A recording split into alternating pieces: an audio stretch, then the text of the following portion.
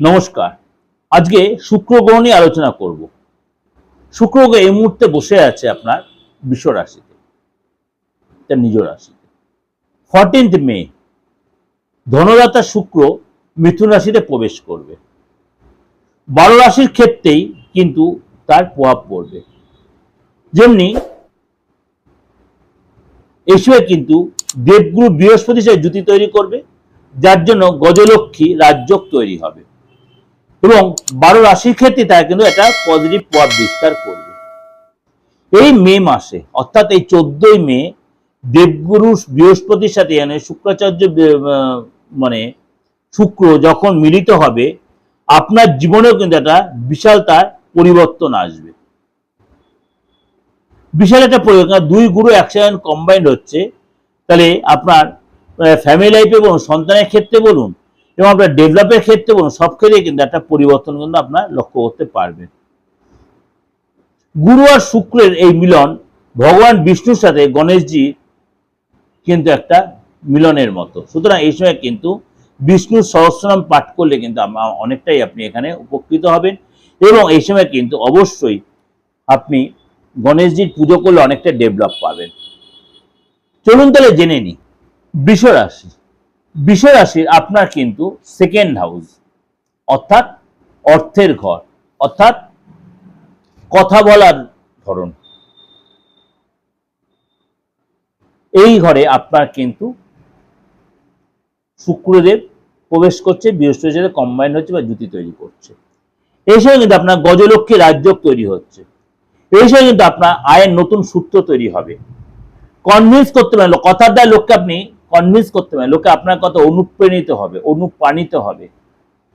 আপনি যে কোনো লোককে আপনি কনভিন্স আপনার না হওয়া কাজ আপনি কিন্তু করাতে পারেন।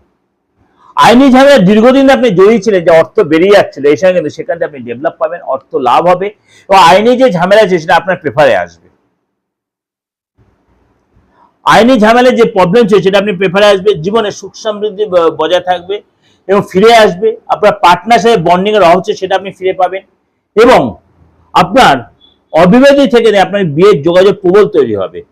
এছাড়া কিন্তু মাঙ্গলিক কোনো কাজ হতে ফ্যামিলিতে এবং বাড়িতে আপনি কোনো শুভ কাজ আপনি অ্যাটেন্ড করতে পারেন। আপনার বাড়িতে যে হবে কোনো ব্যাপার নেই, আপনার এমন কোনো শুভ কাজ আপনি ফ্যামিলিতে অ্যাটেন্ড করতে পারেন। এই সময় কিন্তু আপনার মনটা বড্ড যে অস্থিরতা সেখানে আপনি বেরিয়ে আসতেন, পরিবারের একটা খুশির পরিবেশ থেকে বাড়িতে কোনো মাঙ্গলিক কাজ হতে পারে এবং এসব আপনার মনের ইচ্ছা পূরণ হবে, মনের ইচ্ছা পূরণ হবে। ওভারঅল একটা প্রেজেন্টেশন দিলাম, অবশ্যই আপনাদের ভালো লাগবে, অবশ্যই ভালো লাগবে, অবশ্যই মিলবে। দীর্ঘদিন যে আপনার চাপে ছিলেন সেই জায়গাতে আপনি বেরিয়ে আসতে পারছেন। ভালো লাগলে অবশ্যই লাইক করবেন, শেয়ার করবেন। আর তন্ত্রমতে বলুন বা জ্যোতিষীয় মতে বিচার বিশ্লেষণের জন্য অবশ্যই যোগাযোগ অনলাইনে বা অফলাইনে।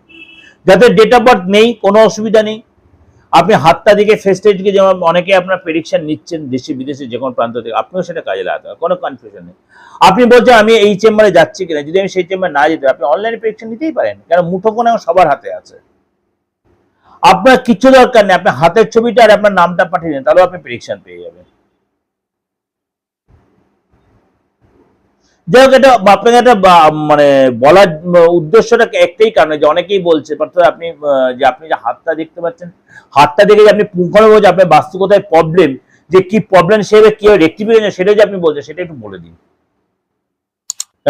আপনাদের মতো অনেকেই তো আমার সুবনেক ভাই আছে, অনেকে আমার হিতাঙ্কি আছে, তার প্রত্যেকেই বলে আপনি না বললে, আপনি তো মিডিয়া নিয়ে মানে অ্যাঙ্কার নিয়ে বসছেন না, আপনাকেই বলতে হবে। তাই আপনাদের কিছু বলে রাখলাম যে মানে হাত দেখাটা এতটাই প্রমিনেন্ট হওয়া দরকার, আপনার প্রত্যেক দিনের মানসিক চিন্তা আপনার হাতে ফুটে উঠবে, আপনার মুখে ফুটে উঠবে, উঠবেই, আলবাত উঠবে।